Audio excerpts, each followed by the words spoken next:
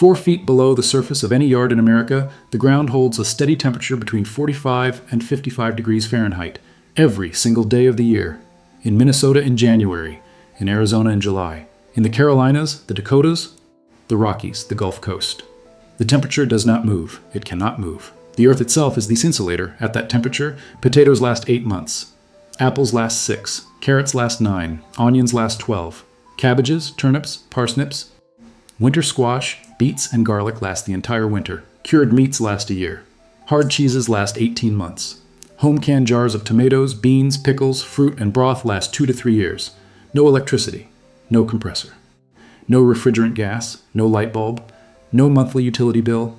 No service warranty. No replacement cycle. This is not theoretical.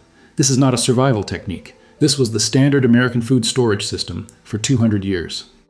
Every farmhouse, every row house, every tenement, every cabin, every plantation. From 1776 to 1955, 179 years. The system that fed the country, then, in a span of 10 years after the Second World War. The appliance industry spent hundreds of millions of dollars to convince an entire generation that this system was dirty, dangerous, and obsolete. They did not prove it. They did not test it. They simply outspent it. And within one generation, the knowledge was gone. The United States household refrigerator market generates over $19 billion a year.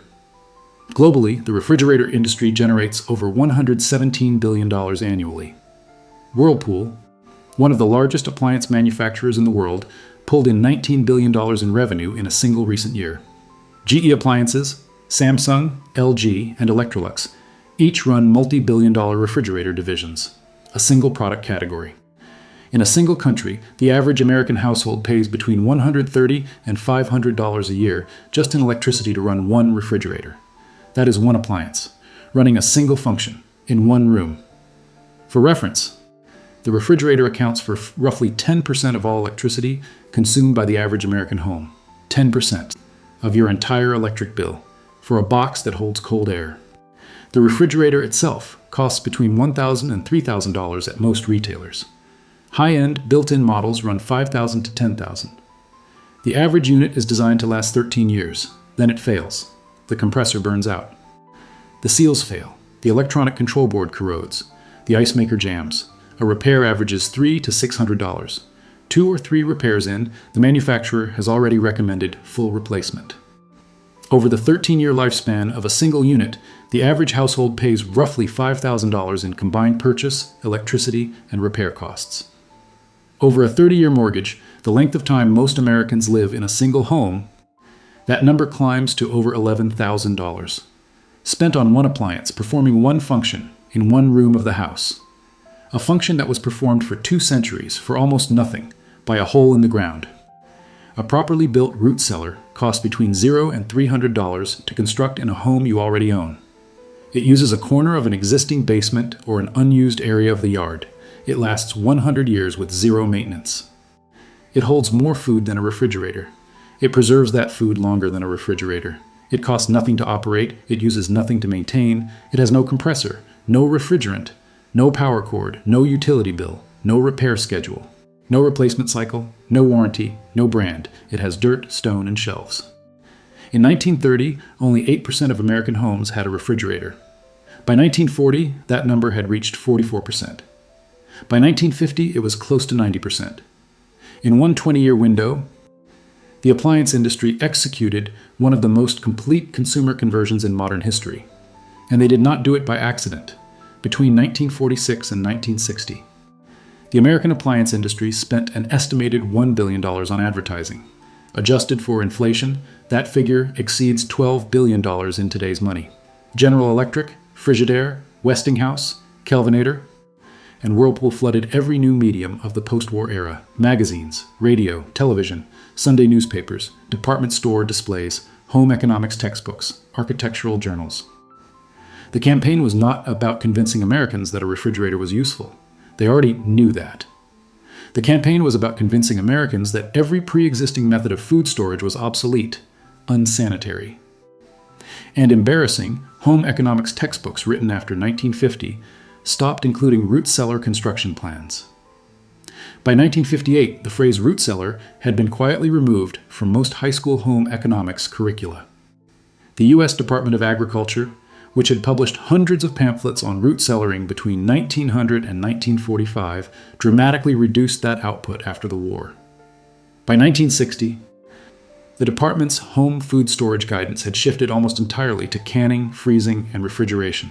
In 1955, the National Association of Home Builders officially removed root cellar specifications from its standard residential construction guidelines. New suburban housing developments, built at the rate of over 1 million units per year during the 1950s boom, no longer included underground storage. The basement, when it existed at all, was redesigned as a finished recreation space, not as a functional preservation area. The very architecture of the American home was rewritten to eliminate the possibility of free food storage, not banned outright. Just never mentioned again in any home economics textbook written after 1958. Never included in any suburban construction manual after 1955. Never referenced in any television commercial for the appliance replacing it. The science never changed. The University of Minnesota Extension Service continued publishing technical guidance on root cellar temperatures and humidity levels throughout the 1960s and 1970s. Cornell University's Agricultural Extension maintained detailed records of vegetable storage at 45 to 55 degrees Fahrenheit with 90 to 95% humidity. The data was there. It was published. It was peer-reviewed. It was never referenced in a single appliance advertisement. It was never quoted in a home magazine. It was never shown on a television program demonstrating modern kitchen design. The knowledge was not disproven.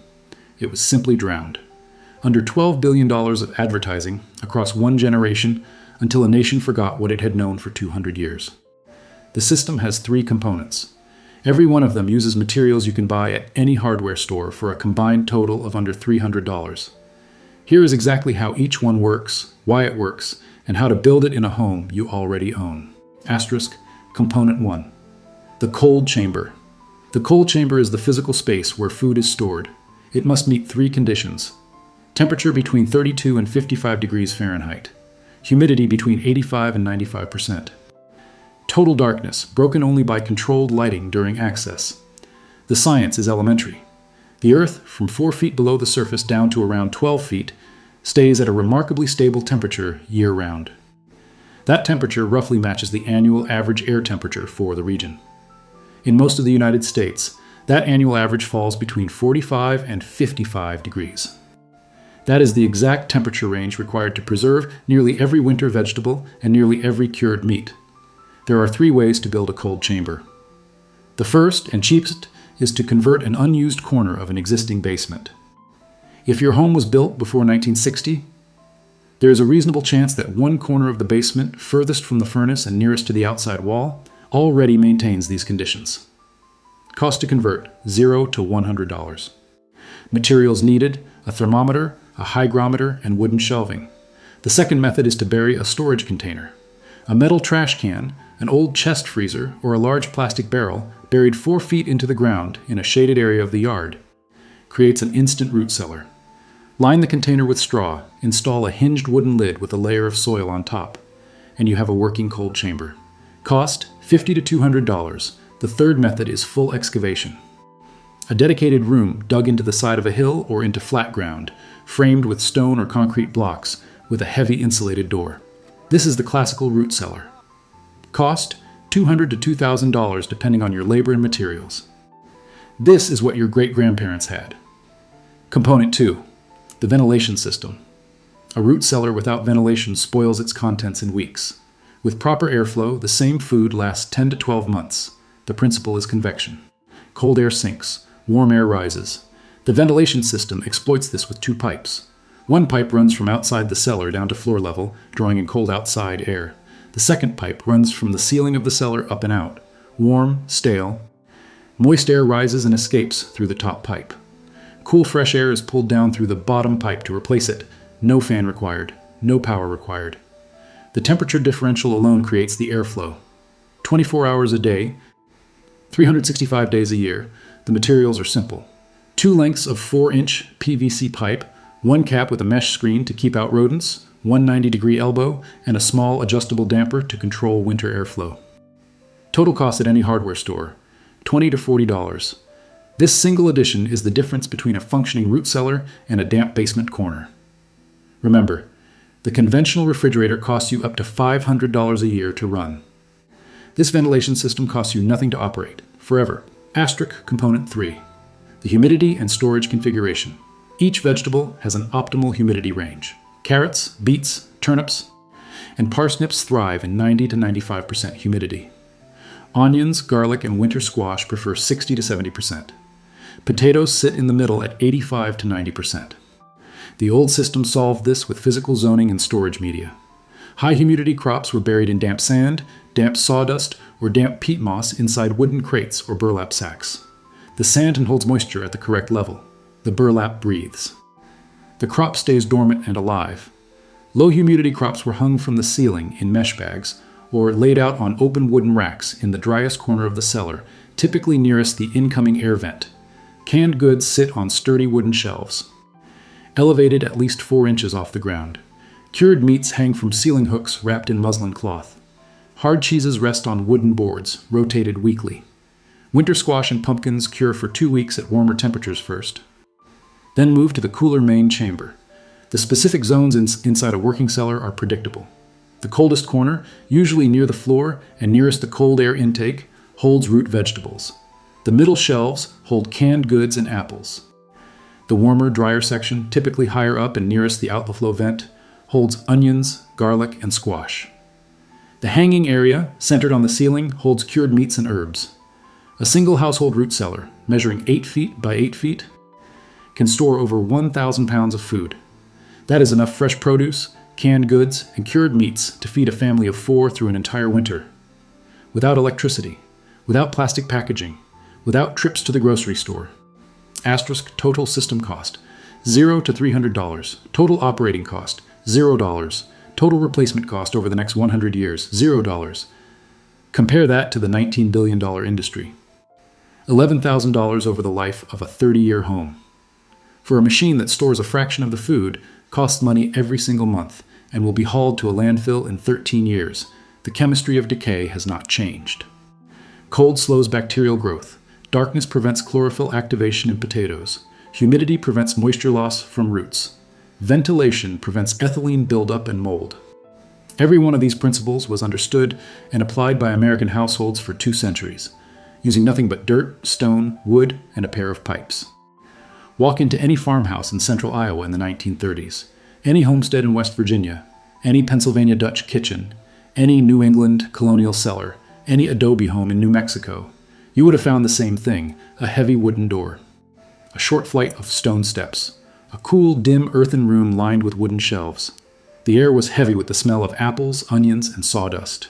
The shelves held the entire year's food. This was not a regional quirk. It was universal. From the Revolutionary War to the Second World War, every American household that owned its own home had some version of this system. It was how families survived winter. It was how they ate during the Depression. It was how the country fed itself before the interstate, before the supermarket, before the electric grid. In Newfoundland, entire towns were built around communal root cellars dug into hillsides. Some of those cellars, constructed in the 1800s, are still in active use today. In Finland, traditional potato cellars remain standard in rural construction. In rural Japan, the cool storage pit, known as the muro, has been used since the Edo period 400 years ago. The Persians built yakshal ice houses 3,000 years ago using the same thermodynamic principles. Ancient Rome stored grain, wine, and olive oil in underground vaults that maintained steady temperatures year-round. The knowledge is not American. It is not modern. It is not new. It is roughly as old as agriculture itself. During the Great Depression, when 25% of American workers were unemployed and food insecurity was widespread, American families did not starve because they had root cellars. They ate all winter, every winter. And the appliance industry spent $1 billion to make sure their grandchildren would not remember how. For under $300, using stone, wood, 2 PVC pipes, and the ground under your feet, you can store an entire year of food without electricity. Starting this weekend, in a home you already own. Using a system that has been working since before the country existed, the complete Depression-era household manual, including root cellar construction plans for basements, yards, and hillsides. Optimal storage configurations for every common crop, humidity and temperature charts, and the full list of foods that keep 6 months or longer without refrigeration is linked in the description below. Tomorrow. This channel will show you the Depression-era vinegar system that replaced 47 separate kitchen products for $1, and why the specialty foods industry erased it from every cookbook published after 1960. Every product in your home once had a $0 version. They buried it. Now you know.